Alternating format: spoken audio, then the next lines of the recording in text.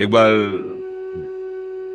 केवल राम नाम के एक भगत थे, किसान, गरीब आदमी। पहले हमने देखा है गांव में बहुत गरीबी होती थी, अब तो थोड़ा आर्थिक व्यवस्थाएं सुधरी हैं, क्योंकि पहले ट्यूबवेल आदि की व्यवस्थाएं नहीं थी, बहुत मुश्किल से सिंचाई होती थी और खाद आदि भी नहीं थे। गाय के गोबर आदि की खाद डाली जाती थी। 1 बीघा खेत में 6 मन या 8 मन गेहूं पैदा होता था, अब तो 40-50 मन पैदा होता है। पहले 6-8 मन, बड़ी मेहनत की जिनकी खेती है, और जो कार्य करते हैं तो 8 रुपया 10 रुपया 8 घंटा के थे, फिर और बड़ा तो 20 रुपया, अब तो 500 रुपया है। तो काफी, तो उस समय था कि बहुत ही कम था, जब केवल राम, और वो संत सेवी थे। अब मंजूरी करके, अब संत सेवी मतलब संतों का क्या है कि भाव से एक बार आप तो 2 संतों से कहेंगे। उस गांव में एक भगत है बहुत श्रद्धावान है, तो अब 4 संत आने लगे, फिर संत मंडली आने लगी। अब उनके पास अर्थ तो था नहीं। एक दिन संत मंडली आई, कुछ नहीं खाने को।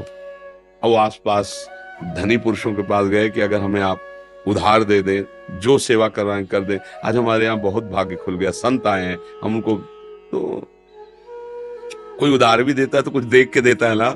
अब इसको दे दे, कुछ न जमीन है न रुपया न पैसा, कब वापस करेगा? नहीं। तो एक बड़े चतुर थे, उन्होंने कहा हमें एक कुआं खोदवाना है, तुम कुआं खोद दोगे? पक्का, हम और पत्नी दोनों मिलकर कुआं खोद देंगे, पर आप इतना दे दो कि हमारे संत पाले। उनका जय दिन संत रहेंगे, तय दिन हमारे यहाँ से ले जाओ भोजन। तो आटा दाल घी चा, बड़े प्रसन्न। 2-3 दिन संत रुके, खाए पिए चले। अब वो दोनों पति पत्नी कुआं खोदने में लगे। एक फावड़ा मारते राम, राम भगत, वो तसला उठाते राम, नाम लेते हुए ऐसा 60 हाथ खोदने पर तब कहीं पानी निकलता था। तो अभी 40 हाथ ही खोदा होगा कि वो पत्नी तो ऊपर थी और बीच से रज भसक गई और कुआं तुप गया। तो 20-25 हाथ मिट्टी उनके ऊपर। अब सेठ ने कहा कि भाई हम क्या कर सकते हैं, और उस समय जेसीबी वाला जमाना तो था नहीं, पुराना समय। कहा भाई हम तो पैसे भोजन दिया था, तय किया था खुदवान, और मर गए कैसे, अब इतना खो कैसे? भाई कोई यंत्र हो तो जल्दी जल्दी, और फिर मनुष्य जीवन तो एक क्षण का है, श्वास पूरी नहीं तो मर जाओगे भाई, आधा मिनट, पौन मिनट, 1 मिनट, इसके बाद तो दम घुट जाएगा, प्राण तो मर गए, ऐसा सबको।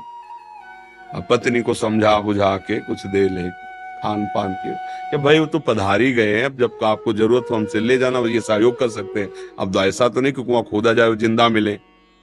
पर वो राम राम जपने वाले एक एक फावड़े पे कुआं पूर दिया गया कि ये ठीक नहीं, असगुन हो गया, आदमी मर गया उसमें। एक दिन वहां से कोई राजा निकल रहे थे, मार्ग था, तो उनको सुनाई दिया राम राम। ऐसी मधुर अमृतमयी वाणी की वो अपने रथ से उतरे, उनका ये किस भगत के द्वारा आर्त भाव से भगवान को पुकारा है? अरे यार तो कोई भगत नहीं। बोले नहीं, आवाज के सारे वहां गए। बोले यहां से आवाज आ रही? तो लोगों ने कहा हाँ, 1 महीना पहले कुआं खोद रहे थे केवल राम जी, तो मिट्टी गिर गई तो मर गए। बोले नहीं, आवाज आ रही, सुनो। तो राम राम। अब वो तो राजा थे, तुरंत हुक्म किया, तो बड़े जो राजकीय विभाग सैनिक सब लगे, मिट्टी हटाई गई। तो जहां केवल राम जी बैठे थे ना, वहां 2-3 हाथ ऐसे गुफा सी बन गई थी, एक भी मिट्टी नहीं गई। और जब वहां खोद के पहुंचे तो देखा सामने सुंदर भोग और शीतल जल। 1 महीना हो गए थे दबी हुई, बस ऐसे बैठने के कारण थोड़ा पीठ टेढ़ी हो गई थी। वो कहा पूरे स्वस्थ, भोजन पानी सब वही। कौन दे रहा है? जो अखिल ब्रह्मांडों को दे रहा है। अगर गृहस्थी में हो, अपना कार्य कर रहे हो और नाम जप कर रहे हो, तो महान भक्त हो। भाई ये बातें हमारी केवल कथा सुनने में तो अच्छी लगती, लेकिन समझ में नहीं आती। अगर हम अपनी नौकरी में, अपने व्यापार में, अपनी किसानी में अपने भगवान के स्मरण को सम्मिलित कर ले, तो हम महाभागवत हैं।